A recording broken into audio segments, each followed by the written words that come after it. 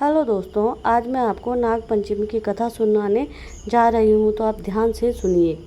सालों पहले एक नगर में किसी सेठ के 7 बेटे रहते थे। सभी की शादी जिस सेठ ने समय रहते करवा दी। सातों बहू मिलकर घर का काम भी किया करती थी। उन सभी में से सेठ की सबसे छोटी बहू खूब संस्कारी थी। एक दिन यूं ही काम करते हुए घर की बड़ी बहू ने अपनी देवरानी से कहा कि घर को लीपने के लिए पीली मिट्टी नहीं है, जंगल जाकर मिट्टी लानी होगी। जेठानी के ऐसा कहने से सभी उसके साथ घर लीपने के लिए मिट्टी लाने के लिए निकल गए। सभी खुरपी से मिट्टी निकाल ही रहे थे कि तभी सबसे बड़ी वाली बहू को एक नाग नजर आया। उसे मारने के लिए जैसे ही वह बड़ी वाली बहू ने खुरपी उठाई, वैसे ही सबसे छोटी बहू ने कहा, जेठानी जी, इसे मत मारिए, इसकी कोई गलती नहीं है, जंगल तो इसका घर है। अपनी देवरानी की बात मानकर उसने नाग को कुछ नहीं किया। तभी उस छोटी बहू ने नाग से कहा कि आप एक जगह पर अलग से बैठ जाइए, हम अब तक मिट्टी खोदते हैं, फिर आपसे बात करेंगे। इतना कहकर सभी मिट्टी निकालने लगे और कुछ देर बाद घर चले गए। सभी के दिमाग से नाग वाली बात निकल गई। अगले दिन छोटी बहू को अचानक से याद आया कि उसने नाग को इंतजार करने के लिए कहा था। वो तुरंत अपनी सभी जेठानियों को अपने साथ लेकर नाग के पास चली। वहाँ देखा तो नाग उनका इंतजार कर रहा था। नाग को देखते ही छोटी बहू ने प्यार से कहा, भैया, कल हम आपके पास आना भूल गए थे, उस बात के लिए आप हमें माफ़ कर दीजिए। जवाब में नाग बोला, तुमने मुझे भाई कहा है, इसलिए मैं तुम्हें दंड नहीं दे रहा हूँ, नहीं तो अब तक मैं तुम्हें डस चुका होता। आज के बाद तुम हमेशा के लिए मेरी बहन रहोगी। अब तुम अपने भाई को कोई वरदान मांग लो, मैं तुमसे खुश हूँ। इतना सब सुनने के बाद छोटी बहू ने नाग को बोला, मेरा कोई सगा भाई नहीं है, इसलिए मैंने आपको कहा था, अब से आप मेरे भाई हो।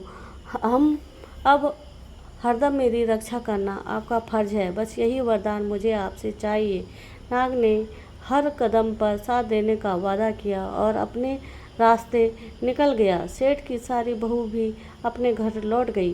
कुछ समय बाद नाग इंसान का रूप बनाकर अपनी बहन से मिलने सेठ के घर गया। उसने सेठ से कहा कि मेरी छोटी बहन को बुला दो, वो आपकी छोटी बहू है। पहले तो उनके मन में हुआ कि बहू का कोई भाई ही नहीं था, ये कहाँ से आ गया। फिर उन्होंने अपनी छोटी बहू को बाहर बुलाया। नाग ने फिर साथ में बहन को अपने घर ले जाने की बात की। सेठ ने इसकी भी आज्ञा दे दी।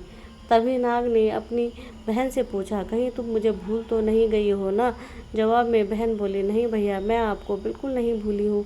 फिर नाग ने कहा, मैं तुम्हें अपने घर लेकर जा रहा हूँ, तुम मेरी पूँछ पकड़ कर चलती रहना पीछे। उसकी बहन ने वैसे ही किया। कुछ ही देर बाद वो एक बड़े से मकान में पहुँच गए। वहाँ हर तरह सोना, चांदी और अन्य कीमती सामान थे। वहाँ नाग की बहन आराम से कुछ दिनों के लिए रहने लगी।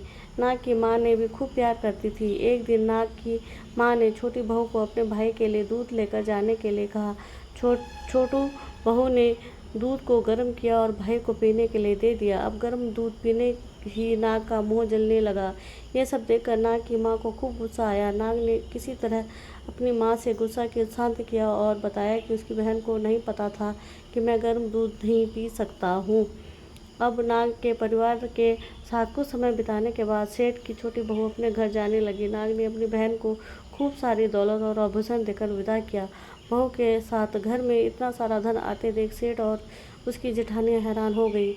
एक दिन नाग की बहन को घर की बड़ी बहू ने कहा कि तुम अपने भाई से और सोना चांदी लेकर आओ, उसके पास तो खूब पैसा है, वह तुम्हें मना नहीं करेगा। छोटी बहू ने अपनी भाई के नाग को यह सब बात बताई। इसके बारे में पता चलते ही नाग ने अपनी बहन का घर तरह तरह के आभूषणों से भर दिया। सभी जेवरातों में से एक हीरे का बेशकीमती था। उसे देखते ही हर किसी का मन उस पर आ जाता था। होते होते उस हीरे की हार की खबर राज्य की रानी तक पहुंची। उसने छोटी बहू से हार लेकर खुद अपने पास रख लिया। दुखी होकर सेठ की छोटी बहू ने अपने भाई को इसके बारे में बताया। गुस्से में उसके नाग भाई ने रानी के गले के हीरे के हार को नाग बना दिया। उससे डरकर रानी ने एकदम हार को अपने गले से उतारा और सेठ की बहू को महल बुलवाया। उसके महल पहुँचते ही रानी ने छोटी बहू को बताया कि कैसे हार उसके गले में नाग बन गया था और उसके इससे वजह पूछने लगी। तब सेठ की बहू ने बताया कि नाग भाई ने यह हार सिर्फ मुझे पहनने के लिए दिया है। इसे कोई दूसरा इंसान गले में डालेगा तो वह तुरंत सांप बन जाएगा। इस बात को सही साबित करने के लिए रानी ने सेठ की बहू को सांप बन चुके हार को पहनने के लिए कहा। छोटी बहू ने जैसे ही नाग बने हार को गले में डाला तो वो दोबारा हीरे का हार में बदल गया। महारानी ने यह सब होते हुए खुद अपनी आंखों से देखा और हैरान रह गई। अब उसे सेठ की छोटी बहू की बात पर यकीन हो गया। उसने हार छोटी बहू को अपने साथ लेकर जाने के लिए कहा। इतना सब होने के बाद रानी ने सेठ की छोटी बहू को कुछ सोने की मुद्राएं देकर महल से विदा किया। अब सेठ की छोटी बहू घर में सोने के सिक्के लेकर पहुंची।